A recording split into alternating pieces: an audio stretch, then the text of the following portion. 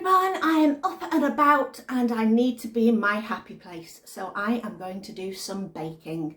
I have got loads of fruit in the freezer from harvesting in the garden. So I had a bit of a hunt on the old Pinterest, found a recipe for apple and blueberry loaf cakes, and I didn't have any blueberries, but I have got loads of blackcurrants. If you've seen my summer videos on gardening, you will know that I have got loads and loads of blackcurrants, so I'm going to use those instead. So welcome to everybody who is joining me today, and I'm going to go and do some baking. Everything I need now in this recipe, I'm going to triple the recipe because there's no point putting the oven on just for one item. So I'm going to triple the recipe and I'm going to make enough so that I can have some at home for Chris, and he can take some to work and I can give some to my dad or whoever else would like some. So the reason I've got two bowls out is this recipe calls for mixing your dry ingredients together and your wet ingredients together. So I've got those separately. We have also got some flour, some baking soda. These are my apples chopped up and my blackcurrants. Blackcurrants are still frozen, I'm not too worried about that. Oil, sugar, cinnamon, salt and some eggs. So let's get started. Okay, in here I have got 4.5 cups of flour, and then I'm going to add 3.5 teaspoons of baking soda. Not 3.5, 4.5. Get these right. 2, 3, 4. Where's my half measure? There's my little half. That is in there. Then it is the cinnamon, which is 3 teaspoons of cinnamon, or go until you feel there's enough. That's my measurement. If you've watched videos before, when I'm measuring herbs, spices, things like this, or vanilla, you go till your heart tells you to stop. Salt, it says 1.5. So here is my little half, and there is my 1. And I'm just going to give those a little mix around, and then we'll go on to our other ingredients. Now, I said wet and dry ingredients. It doesn't include the sugar in this section. Oh, that cinnamon smells nice. I've got to admit, I'm not a massive fan of the flavour of cinnamon. I like it in a moussaka, strangely, but not as much in cakes. And I find if it's too over, you know, like an apple pie that's absolutely stuffed with cinnamon, it's not particularly tasty to me. But if you love cinnamon, go for it. And Chris does, so that's fine. So that's my dry. So I'm going to go on to my wet. Now, 2.25 cups of sugar. Yes, that's quite a lot, that, isn't it? But, like I say, we're making 3. So, 1,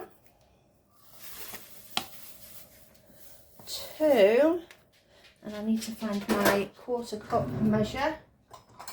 Where is that? There it is. My little 1/4 cup.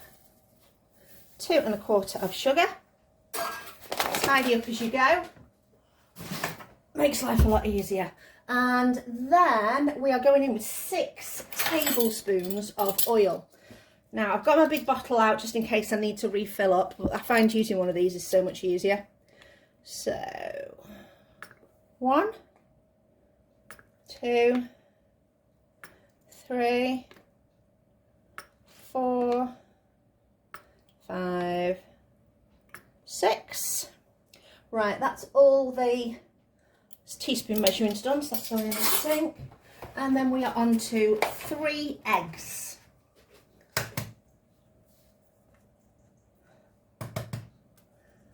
Okay, 1,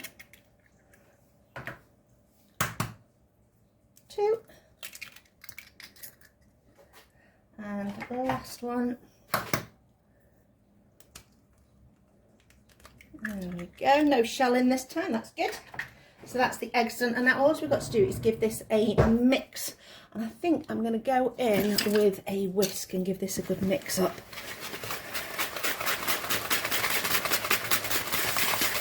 It doesn't say anything about it needing to be pale or light and fluffy or anything like that, so I think as long as it is mixed together that is the main thing, and it has already paled out quite well anyway. Give myself a good arm workout. My legs might not be working that great at the moment, but my arms are working fine. Right. Okay. Now to that, I'm going to add my apple. So I have got my apple and blackcurrants mixed up together, but it says to go in with the apple first, but if a stray blackcurrant gets in there, I am not too worried. As long as we get the majority of the apple in there. There we go, that'll do. Give that a little mix. And then we are going to mix this wet mixture into the dry mixture and then add the rest of the fruit. So there's all our dry. In with our wet. Don't forget to scrape down the sides. Spatula is a frugal person's friend and a baker's friend as well, because you'll just end up not having the right amount of ingredients in there. There we go, and then let's give this a mix, and it's meant to create quite a thick batter, which is absolutely cool. I love this big mixing bowl. I have said to people before, I got it from a charity shop for £1. There were 2 of them, and I always regret not getting the second one.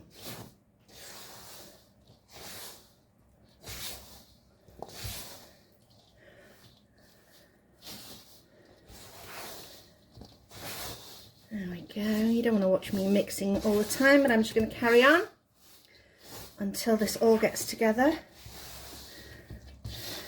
Now sometimes when you double or triple a recipe, it can slightly knock the recipe off. So I think for this, it's not quite coming together as a batter, it's still quite dry. I'm pretty certain I did the recipe the right instructions, but I will double check. And I will definitely link the recipe below for you all. So I think I'm going to go in with a little bit more oil and risk in it another egg. Because my eggs are quite small. I get organic mixed eggs. I prefer organic eggs. But the problem is, so if you see on the packet, it says mixed sizes. So you can get a large one, you can get a small one. These all look pretty small to me. So I'm going to go in with a little bit of extra egg and a little squeeze of extra oil, just to see if that'll help to bring this mixture together a little bit more. Sometimes people weigh their eggs to get an exact quantity. But knowing what I know about my eggs, this is probably the better way for me to go, is add that extra egg to the mix. Right, I'm just going to carry on mixing. Right, you can see now I've carried on mixing this, and it's definitely come together much better. It's definitely created a thick batter like what was described. Now I've got to go in with the rest of this fruit and see what that does to the mixture. My hand's a little wipe. Right, just want to gently mix these in. Fortunately, because they're frozen, they're not going to squish that easily. Now what I have done in the past when I have baked sometimes is I'll put on a disposable glove and I'll go in and I'll do some of the mixing by hand, because sometimes it is just a little bit easier. I could have done this in my stand mixer though, but no, it seems to have come together okay. Got a little bit of purplishness going on, but there we go. There is our batter. That is all done. I'm now going to prepare some baking trays. So I'm lining my baking dishes, my pans, and generally what I do is either butter or oil it, or I'd use my parchment and I'd screw my parchment up and stuff it in. But I saw this hack on somewhere on the internet and I've just had a try on it. So let's see if it works. So basically what it says is you get your pan. Let me just tilt this so you can see a little bit better. There you go. So you get your pan, you get your baking parchment to the right sort of size, and you use bottom of your pan as a template to create like the folds, like if you are gift wrapping. There we go. And fold in. So that's one end done. And then you do your other end. Let's see if I'm getting this right. Not too bad. Fold it. Like I say, this is only the second time I've done it. I've done one practice, so I will learn better. And then turn it over, and in theory, where you've made your marks, it should drop in quite nicely. That's not bad. I'll continue to try that method. Not bad at all. I need to cut some more baking parchment though for my final one. So I've got them in the 3 trays, and all I'm doing is I've just levelled off those 2, and I'm just going to level off this final one. I don't want it to rise too much in the middle, otherwise you end up with slices that are slightly disproportionate, although Chris won't mind because he quite likes the big ones in the middle if they do rise. But anyway, I'm just smoothing it off, and if there's any fruit that's sticking up too much, I'm just giving a bit of a shove down into the mixture so that it doesn't end up getting burnt on the top. But if there's a few little bits on the top, we should still be okay. There we go, all done, all 3 done. Oven is regulated, so they are going in. Let me tell the temperatures. So it's about 160 fan, 175 C, or 350 F. And it says goes in for about an hour until you stick a toothpick in and it comes out clean. So I'm going to put them in, and my oven can be a little bit hit and miss on temperature, so I'm going to put them in and I'll probably check them after about 45 minutes, see where we're up to, maybe rotate them round a bit, because just check with your oven. I get a hot spot in my top corner for some reason, so I try and not put too much stuff in that corner, even though it's a fan oven and you're meant to be able to move it, you know, it's meant to circulate the air. That's just one of those things. So I'm going to go and pop that in. Right, we've got all 3 out of the oven. It took about an hour and just shy of 10 minutes for my oven. They've come out, they're really big, and I did do the test and that's come out absolutely clean, no problem. So that is good. These are all fine. They're still slightly warm, and I'm going to cut myself a little slice to have a little taste. So this is an old bread knife that I got from a charity place I quite like. There we go. Let's have a look inside. Oh, a little bit steamy still, but those berries look amazing, and that is lovely and tender crumb in there. And Chris isn't here yet, and I don't want to wait till later when he gets home, because I want to pop this video on today. So as it is Wednesday and it is video day for me, so I mean, I'm going to have to test it myself. Okay, let's be prepared. So I'm going to have to move Archie out of the way. Archie, move your bum.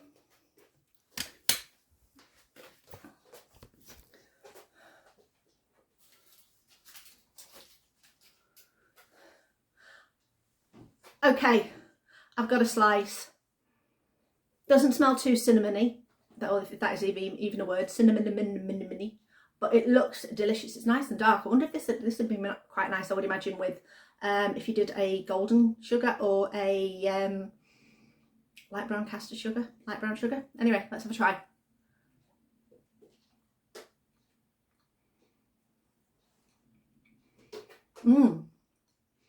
That has got slightly sticky crumb. At the end was always a little bit stickier, which is really nice. Just had a blackcurrant. So tangy and gorgeous. Do with a bit of apple now.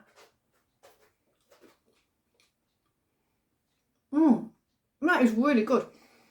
I can imagine once that's cooled off completely, if you slice that up, it'd probably be quite nice toasted with a little bit of butter on it.